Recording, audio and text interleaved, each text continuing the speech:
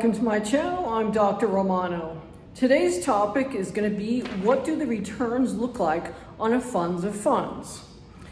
So to begin, a funds of funds is a portfolio of hedge funds. It consists of 7 to as many funds possible, depending on the AUM, that's assets under management.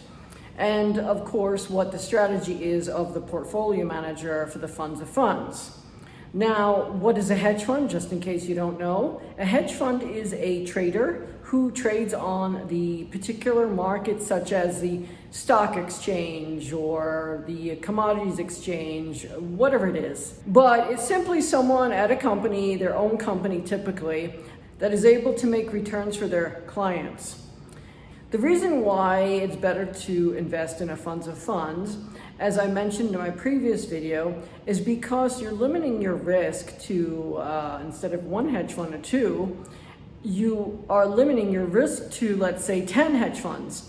So that's 10% in each hedge fund. So if you have 10 million, that's $1 million in each hedge fund, which means that, of course, if the hedge fund, the portfolio, the funds of funds, is doing a 20% return, you're not going to really feel the loss if the hedge fund goes bankrupt. But the likelihood of that happening is very, very slim. That's number one. It is the investment banks are risky because they all went out of business in 08 and 09. Remember the history. If it wasn't for the federal government to step in and lend them money, they would all be bankrupt. Of course, AIG and Bear Stearns went out of business, and Warren Buffett bought shares in Goldman Sachs, and Bank of America purchased Merrill Lynch. That's a little history for you. But to get back to the funds of funds business, the reason why the funds of funds business is doing so well over the past 5-6 years is because the investment banking industry realizes that they can't manage capital. They may be able to provide other services such as acquisitions and mergers and administration and other stuff like that, but to actually trade and make money, that part of their company is dwindling. Because the fact is, it's better to invest in a hedge fund manager who is a professional trader, someone who has a 5-year minimum track record, someone who has a track record that you can look at their returns, and someone that just happens to be born a trader. The investment bank trading desks, they'll recruit from universities, students who study finance, but that doesn't always mean that they're the profile of a trader. Remember, you have to prove yourself first. And so they're kind of creating an elementary trading desk. Whereas if a hedge fund did that and recruited students out of a university and gave them money to trade millions after a couple of years of being an assistant trader, that's really bad. So that's why the hedge fund industry has become what it is today. And thanks to the investment banks investing in hedge funds, now they're allowed. And now they are focusing on, instead of trying to predict or to look at the returns of a hedge fund and trying to see which one would be a best fit for them, they are now investing in funds of funds over the past, I would say, 5 to 6 years. So that's why the funds of funds business is increasing so well. And not only that, but they're doing a lot better because the hedge funds have been doing much better. Remember, a investment bank, in order for them to put their assets or the client's assets in a funds of funds, there's 3 levels of fees that are collected. The hedge fund, 2% of the total capital and 20% of the returns. The funds of funds manager charges 10% of the returns and 1% of the total capital. The 1%, 2% goes for administration costs, etc. And of course, if a hedge fund does really well, they do charge extra management fees, but we won't talk about that because it just depends which fund and how well they're doing. But not only does the hedge fund charge, the funds of funds charge, but as well as the investment bank charges their clients fees and so forth. And so what's left over at the investment bank for the client is very little compared to what actually was created by the original trader. And so that's why you wouldn't want to put your assets in a mutual fund, or let's say at an investment bank to become a private client. You really don't need them anymore. There's a whole industry out there that's capable of being tailored enough to manage your assets. And that's why today the funds of funds business is doing so well. Because people realize that the investment banks, maybe they are really too big. And because they all failed us, why would you want to continue putting your assets there, right? It's better to go for funds of funds, even if you want to put your money in several funds of funds. And of course, you don't know the details and how to do it, etc. But you don't need to worry about all that. You don't need to worry about the risks associated with investing, because look what happened. You invested all your money in one or two investment banks thinking that a big brand was beautiful and safe, but it's not. You lost a lot of money during that stock market collapse. Well, today I'm going to show you what my hypothetical portfolio looks like. In 2020 was an incredible year because we did have a collapse of the stock market, but it wasn't a financial collapse. It was more of a pandemic collapse, meaning that people start shorting the markets and it goes down. And thinking that, we're going to have a gigantic economic collapse. But that actual collapse is coming in the near future.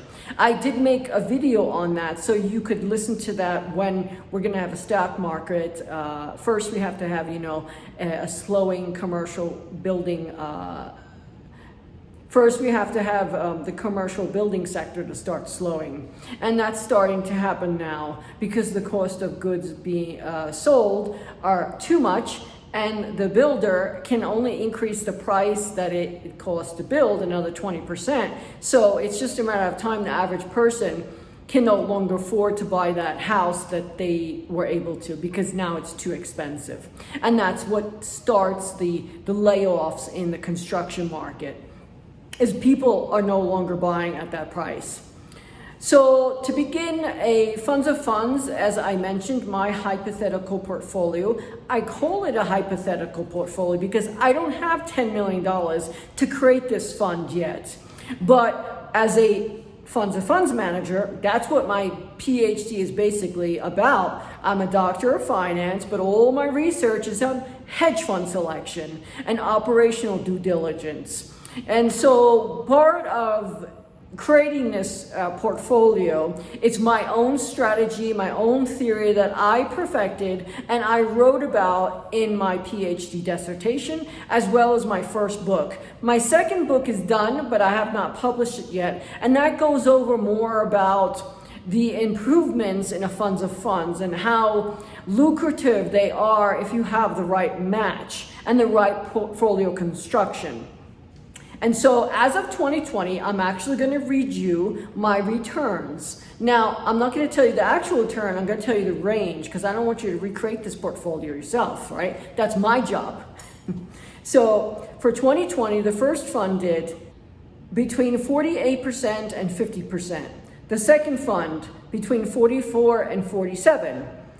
The third fund between 53 and 57.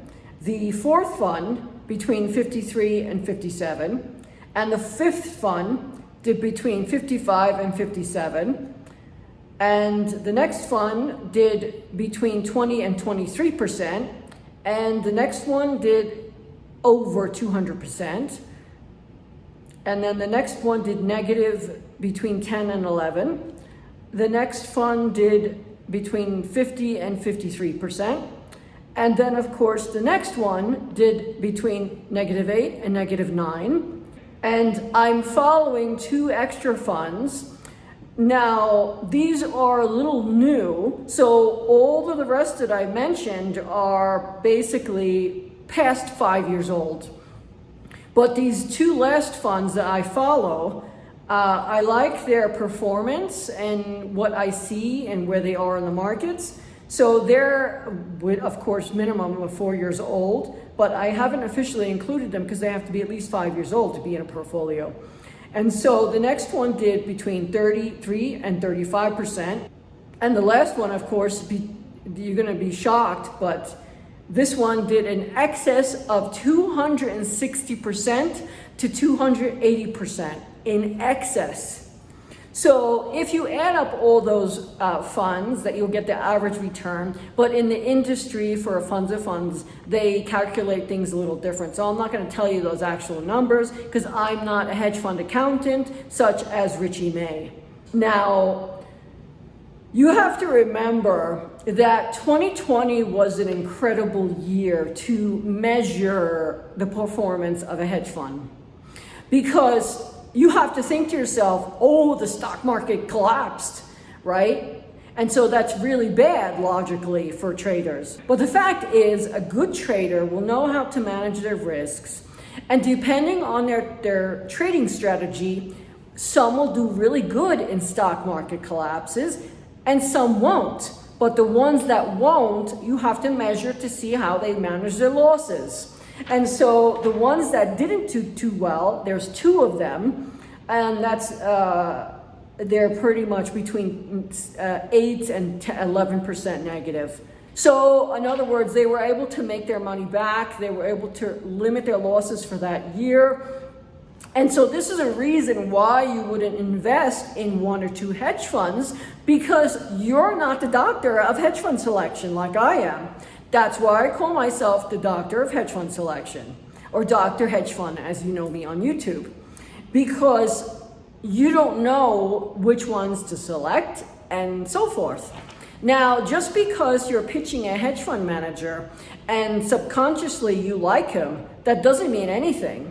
There are people out there that are incredible gurus at raising capital, but they can't trade. Remember Bernie Madoff? Bernie Madoff was a fake hedge fund. Of course, he called himself a hedge fund, but he couldn't trade to save his life.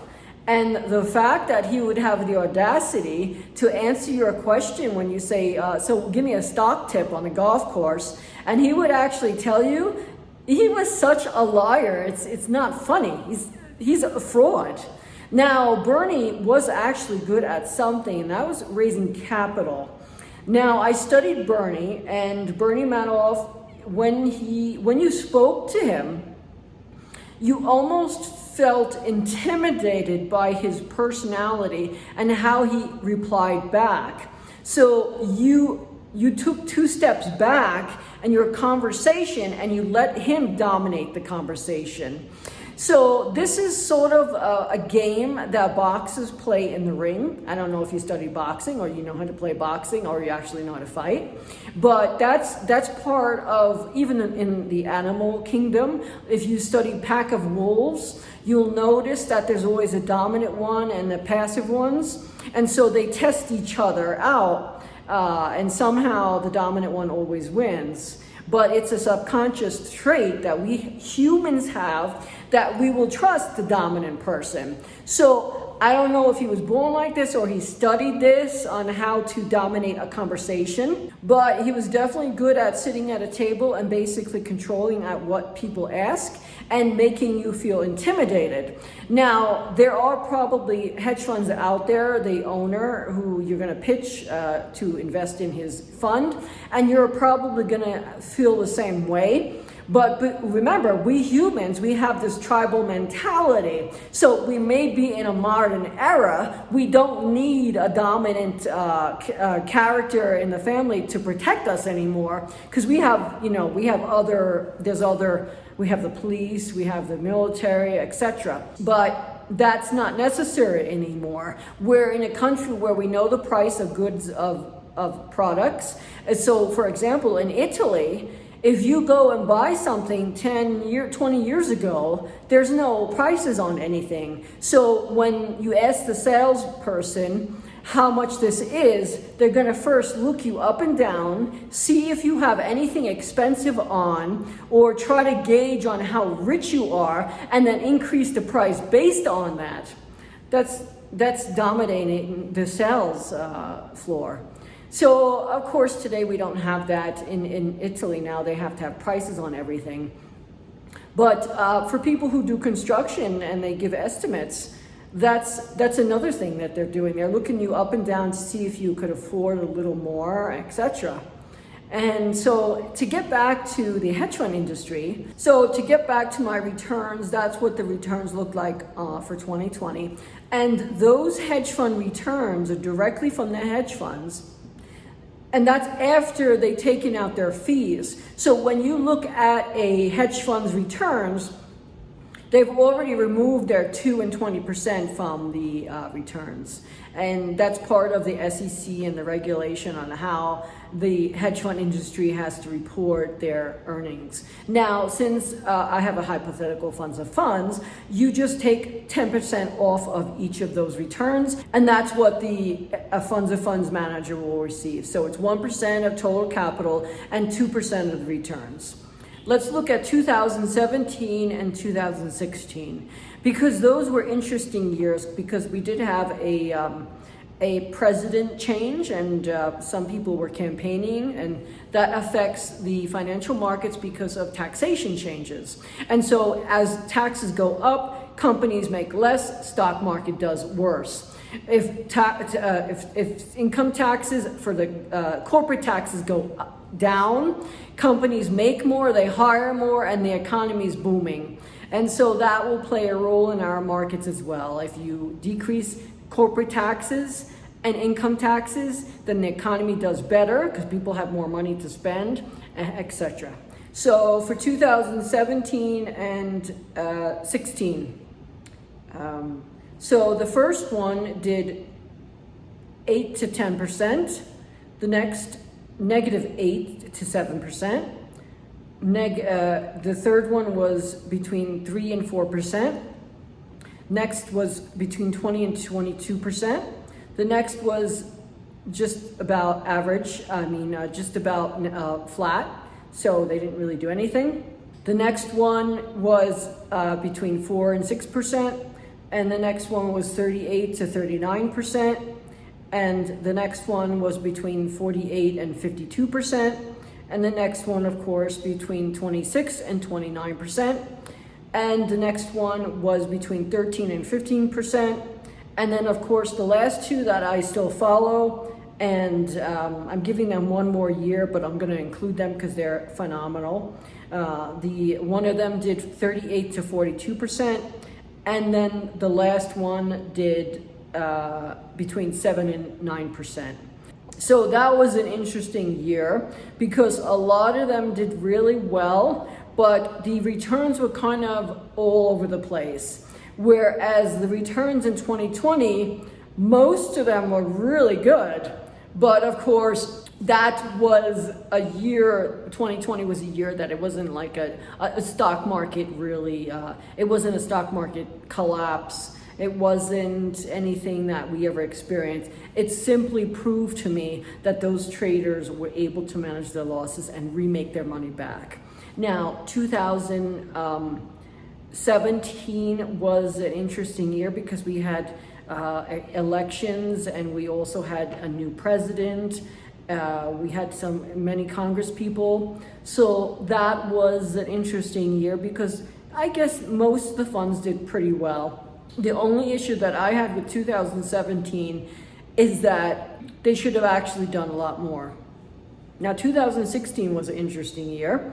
So I'm going to go over those returns, and so the first one is between 3 and 4%, 3 and 4%, -7 to 8, -1 to 2, between 14 and 16%, between -8 and -10, between 28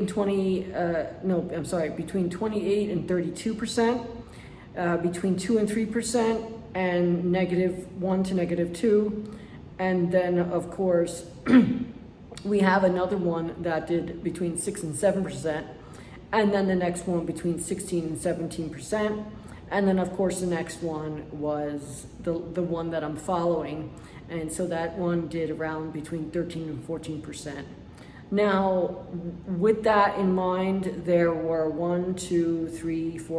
there were 4 that were negative, and 1, 2, 3, 4, 5, 6, 7 that were up. So that was an interesting year because that was a year that taxation could have changed depending on who won the election. And so traders always try to gauge that, and it's a frightening time every time the 4th year of the presidency, or when we have a new president that first year. Those are 2 very crucial years that a lot of changes happen. And change is good, but on the stock market, it reflects that. And so that's what 2016 was reflecting. Now, I could continue to go on and on and on, but I could talk about 2015. So 2015, it was between 1 and 2%. Next was between 14 and 16%. Next one was between 29 and 33%. The next one was flat. The next one 22 to 24%.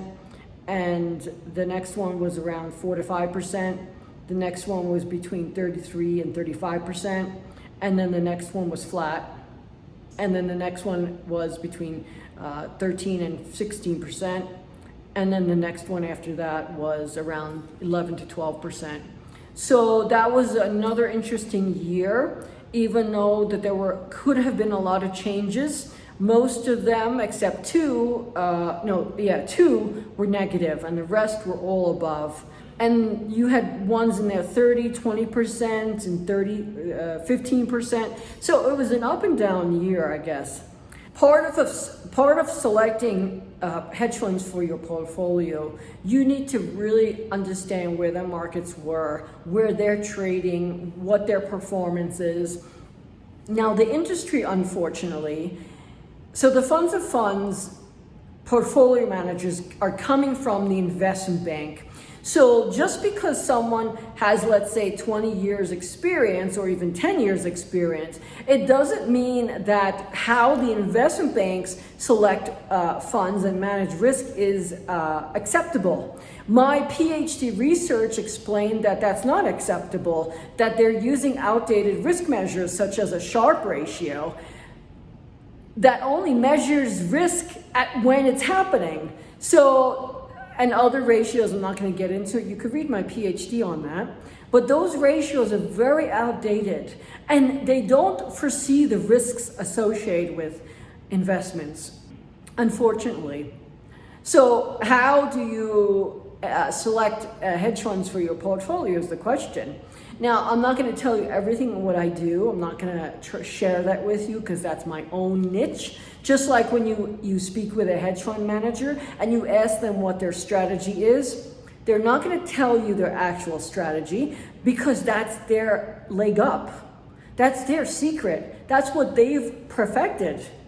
And so don't even bother asking them. And in a way, it's kind of selfish of you to think that you're going to actually get an answer. You're going to get an answer, but it's the fake, sophisticated answer that they're going to try to confuse you and make you feel really stupid. A really good hedge fund manager like Bernie Madoff, I mean, he wasn't a good hedge fund manager, but I'm just saying that's the type of personality that is going to try to intimidate you so you don't ask other questions. And basically, it's their privacy. You shouldn't be asking what's their strategy. You should be asking what markets they trade in, etc. But in a way, you gave your trust in the investment banking industry to manage your assets. Did you ask all those questions? Did you really? Are they really going to answer you? No. So asking and trying to intimidate a hedge fund manager to have them tell you their strategy is kind of stupid of you. Now, what can you ask? Well, you really shouldn't really even bother asking much. You simply only have one thing to look at, and that's their returns. And so you could create simulations on where their returns would be in a different kind of market. But since most of the hedge funds in my portfolio are above 8 years old, I've seen how they trade in different markets. So that's why they're proven to me to be a part of my portfolio, because they've already traded in the different market cycles of an 8 to 9 year market. So in other words, we have 8 to 9 year cycle in a stock market before it repeats itself. So out of that 8 years, 9 years, you're gonna have like a little collapse. You're gonna have a turbulent market, very volatile. You're gonna have a market that trades sideways, and so forth. And so that's how you have to look at where those traders are trading. But you have to stay away from using what the investment banks try to do. Remember, that's corporate America. And in corporate America, they try to use all these charts and all these ratios to show you, but it's not really showing you anything. It doesn't show you anything. The fact is that there's many hedge funds out there that will not get selected if you're going to use the traditional method. So how about you give those hedge funds a chance, not by interviewing them, not by asking them their strategy and listening to how they speak, because you remember, some of the best people that are so qualified to do their job, maybe they don't have charisma. Did you ever think of that?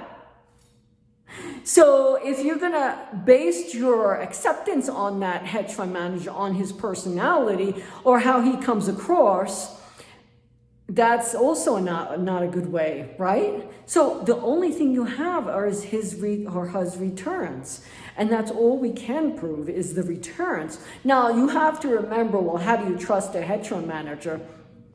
You have to remember that they're getting their independent audits every year. And the company that takes care of that is their hedge fund accountant, such as Richie May. So Richie May is going to make sure that each hedge fund is having their audits done correctly, the paperwork is in place, the money is where it says it is, and the administrator is going to double check the hedge fund accountant to make sure, such as MG Stouffer. MG Stouffer is going to make sure that the hedge fund accountant is doing their job properly, and as well as the hedge fund manager making sure that everything's in place, everything's legal, all the paperwork is signed, and the legal terminology is correct. So that's why today's investment approach to hedge fund selection is so different than 20 years ago.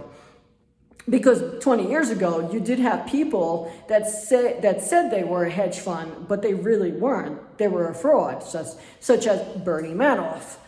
If Bernie Madoff actually had his independent audits done and allowed them to do their job, that whole situation wouldn't have happened. Secondly, somehow the SEC even tried to audit him, but that failed. So it was just a number of things that happened at Bernie Madoff's fund that produced and created the safe haven. It produced the quality that came out of that disaster. And so today, hedge funds are not going to just steal your money if they are an official hedge fund. And if they're registered with the SEC, or, part of your job, if you want to invest directly, which you really shouldn't, you should be investing in a funds of funds, such as the one that I just talked to you about. Because MG Stouffer is a great company, Richie May is a great company, US Bank is a great company, and those people in the industry are the administrators, the hedge fund accountants. I hope you enjoyed my video. If you did, please remember to subscribe, do thumbs up so other people get to see this video, and please remember to share my video with at least 5 people, and then finally send me messages to the live chat, and I will make future videos just for you.